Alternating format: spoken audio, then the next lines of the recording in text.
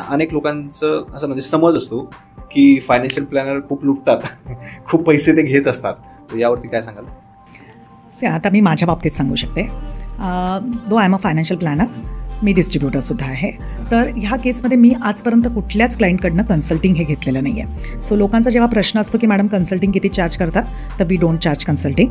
तसंच आमच्या केसमध्ये कसं होतं माहिती आहे, आम्हाला आधी तुमचे काय इन्व्हेस्टमेंट्स होत्या, तुमची पुढची स्वप्न काय आहेत, हे जोपर्यंत समजत नाही ना तोपर्यंत तुम्हाला मार्गदर्शन करणं पण कठीण जातं. तर त्याच्यामुळे मला आधी तर एक एक्सेल शीट लागते की बाबा तू किती कमवतो आहेस, तुझा खर्च किती आहे, तुझ्या आधी काय इन्व्हेस्टमेंट्स म्हणजे डेट रिलेटेड इन्व्हेस्टमेंट होत्या, कंटिंजन्सीज होत्या का, मग तुझी पुढची स्वप्न काय, घर घ्यायचं आहे 2 वर्षात आहे, किती, कधी इन्व्हेस्टमेंट्स आपण सुरू करतो, हे रेग्युलरली चेकअप्स गरजेचे असतात. आणि मग ते जे करतात ना क्लायंट्स, त्यांचे मग हे पोर्टफोलिओ जे लोक विचारतात की कोटींचे पोर्टफोलिओ होतात तरी कसे, त्यांचे पोर्टफोलिओ, कारण का थोडंसं मग तिथे पेशन्स येतो, तिथे कन्सिस्टन्सी येते, तिथे आमचं गायडन्स येतं, तिथे तुमच्या शक्यतो ज्या तुम्ही चुका करणारे आहात ते टाळल्या जातात. आणि मग असं करून त्या इन्व्हेस्टमेंट्सला खरा अर्थ मिळतो. मग त्या पैशांना आम्हाला जर का कमिशन 50-70 पैसे मिळत असेल तर मग काय हरकत आहे. म्हणजे तिथे फक्त तेवढंच आम्हाला डायरेक्टली एमसीजकडनं कमिशन्स असतात आणि we are very fine with that.